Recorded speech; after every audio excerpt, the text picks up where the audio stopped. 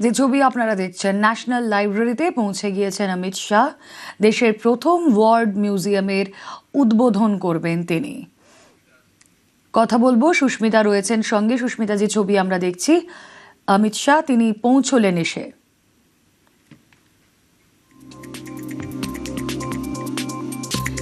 না, যোগাযোগ বিচ্ছিন্ন হয়ে গিয়েছে। ন্যাশনাল লাইব্রেরির ছবি আপনারা দেখছেন। অমিত শাহ তিনি পৌঁছে গিয়েছেন। দেশের প্রথম শব্দের জাদুঘর, তার উদ্বোধন করবেন অমিত শাহ।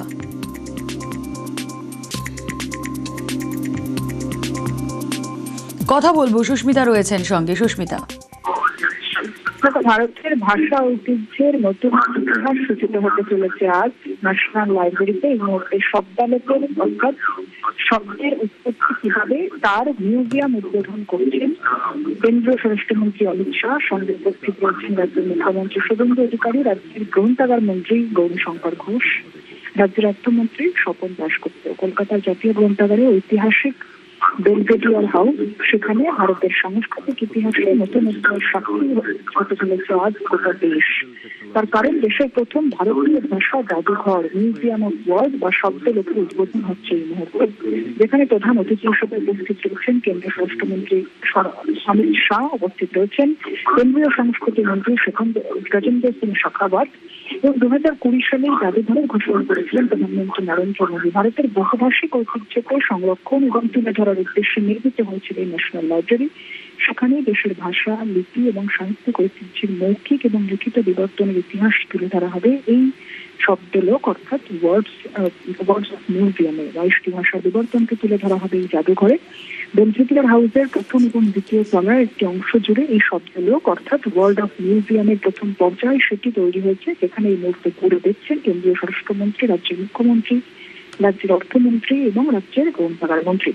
সংস্কৃতি মন্ত্রকের অধীনে জাতীয় গ্রন্থাগার প্রায় 14 কোটি টাকা ব্যয়ে এই প্রথম পর্যায়ের কাজ ইতিমধ্যে সম্পন্ন হয়েছে। পুরো প্রকল্পের জন্য বরাদ্দ রয়েছে 41 কোটি টাকা এবং তার মধ্যে থাকছে জাদুঘরের নিচতলা পর্যন্ত সম্প্রসারণ, পাশাপাশি ভবনের গায়ে লাইট অ্যান্ড সাউন্ডের শো সেটিও তুলে ধরা হবে।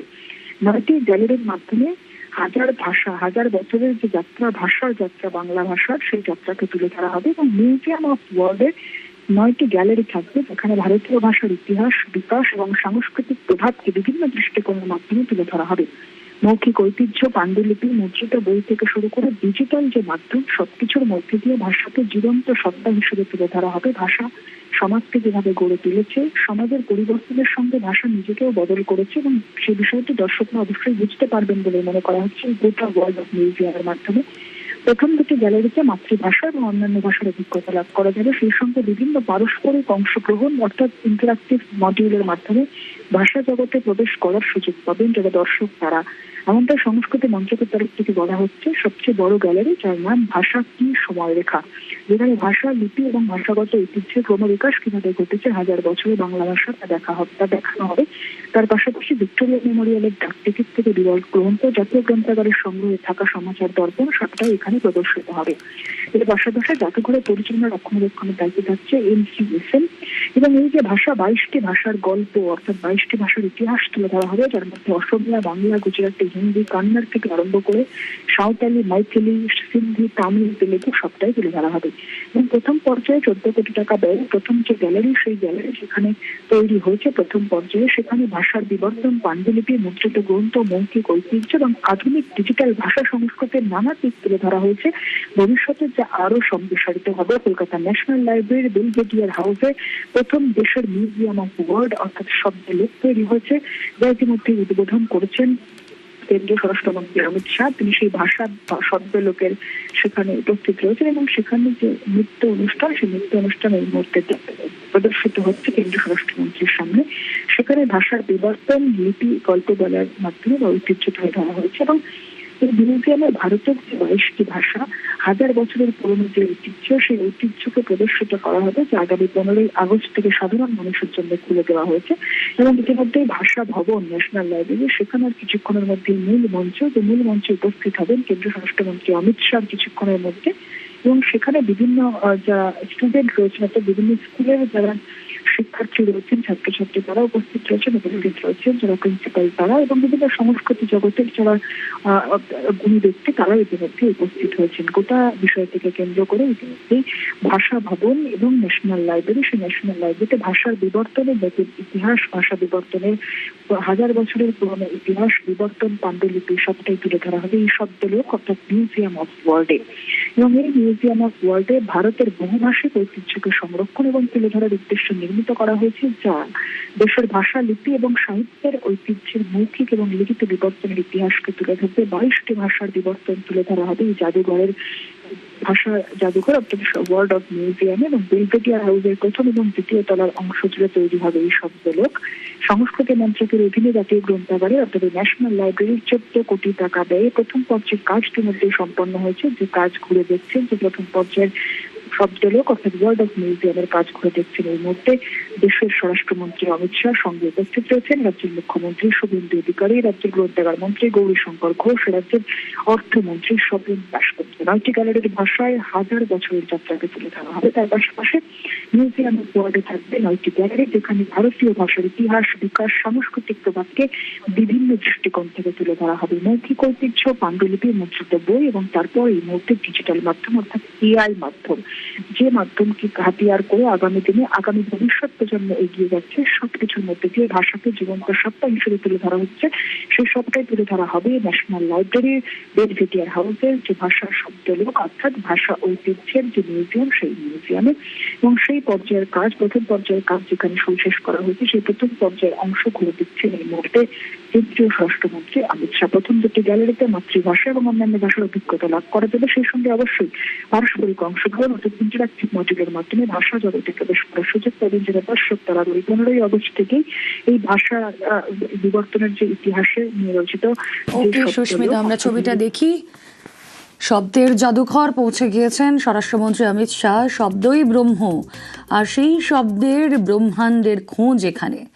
একটি শব্দ আজ যেমন শোনায় 1000 বা 2000 বছর পর আগে, 2000 বছর আগে তার উচ্চারণ কেমন ছিল, কিভাবে বদলেছে শব্দের রূপ, অর্থ, ধ্বনি, সেই ইতিহাস এবার চোখে দেখা এবং কানে শোনার সুযোগ মিলবে শব্দের জাদুঘরে।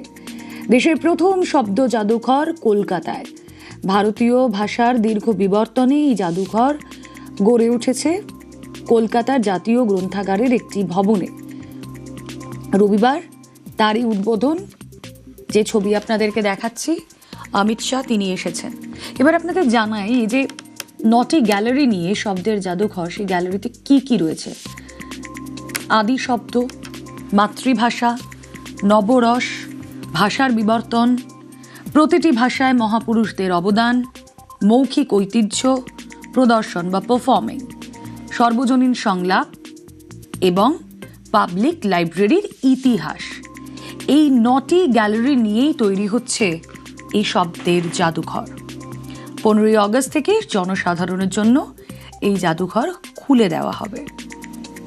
বিভিন্ন আদি ভাষার যেমন ব্রাহ্মী, পালি, তার লিপি দিয়ে, নানা কারুকাজ, নানা ছবি দিয়ে গ্যালারি সেজে উঠেছে। প্রদর্শন গ্যালারি মানে পারফর্মিং গ্যালারি, যেই কথা আপনাদেরকে বলছিলাম, সেখানে যেমন স্থান পেয়েছে পুরুলিয়ার ছৌ মুখোশ, উত্তরবঙ্গের গম্ভীরার মুখোশ, এমনকি আদিবাসীদের আর্টও।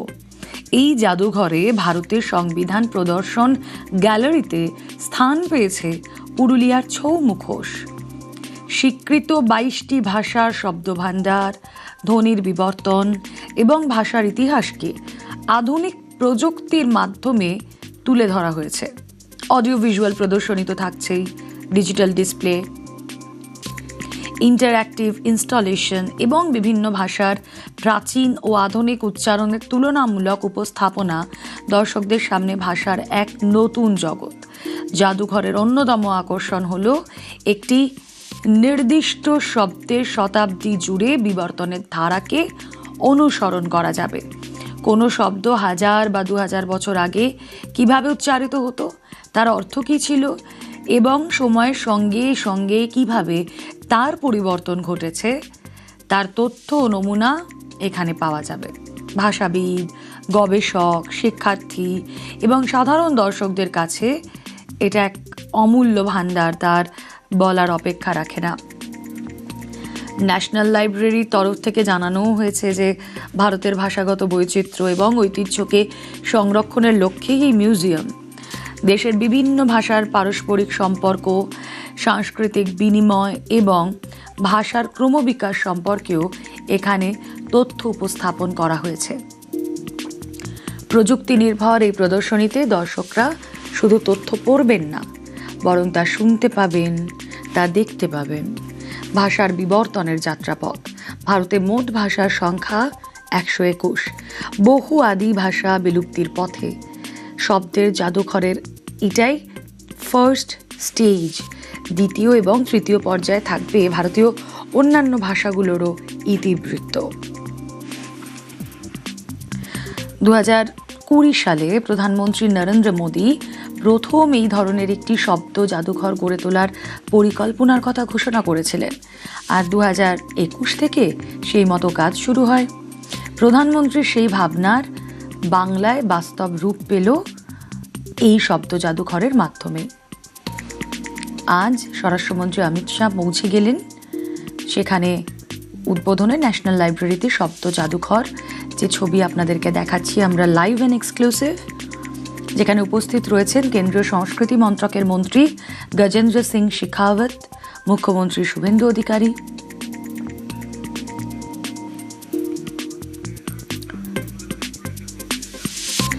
আরও একবার চলে যাই, প্রতিনিধি সুস্মিতা রয়েছেন আমাদের সঙ্গে। সুস্মিতা, শব্দের জাদুঘর 2020 সালে এরম এক ভাবনার কথা বলেছিলেন প্রধানমন্ত্রী নরেন্দ্র মোদী, আর তার বাস্তবায়ন বাংলার মাটিতে পালা বদলের পর।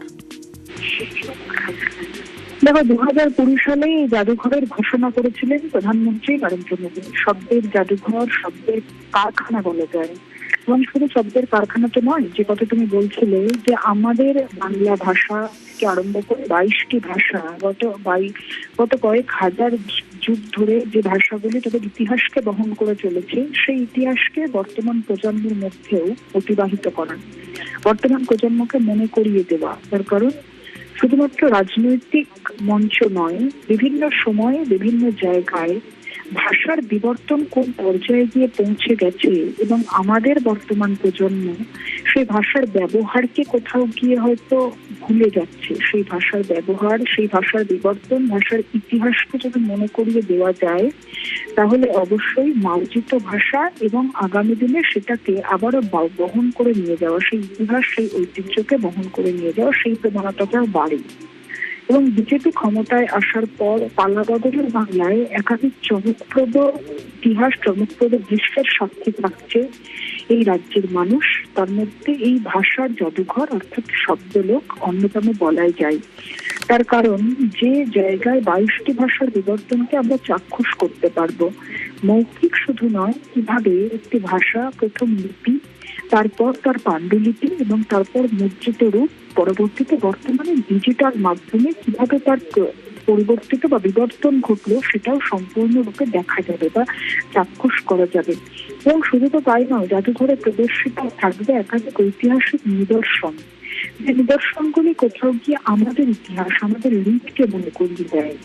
এবং 1100 থেকে 1400 শতকের যে আম্রলিপি, যেগুলি দিয়ে আমাদের পূর্বপুরুষেরা বা পূর্বসূরীরা তারা এই ভাষাকে আজকের পর্যায়ে নিয়ে এসেছে, আজকের রূপ দিয়েছে। মাতৃভাষা বাংলা, তার বিবর্তন শুধু বাংলাতে নয়, শুধু বাংলা নয়, মৈথিলি থেকে আরম্ভ করে আদিবাসী, ওড়িশি, পাঞ্জাবি, তামিল, তেলেগু, একাধিক ভাষা, গোটা দেশ জুড়ে যে ভাষা বা যে শব্দবন্ধের মাধ্যমে আমরা একে অপরের সঙ্গে কানেক্টিভিটি তৈরি হয়, যে একে অপরের সঙ্গে সেতু বন্ধন তৈরি করি আমরা, তার ইতিহাস সেগুলিও তুলে ধরা হবে। National council of science museum বা NCSM, তার যে ভার্চুয়াল রিয়েলিটি, সেগুলিও উপস্থিত থাকবে। গ্রাফিক ওয়ালের মাধ্যমে, অডিও ভিজুয়ালের মাধ্যমে সবটাই প্রদর্শিত হবে।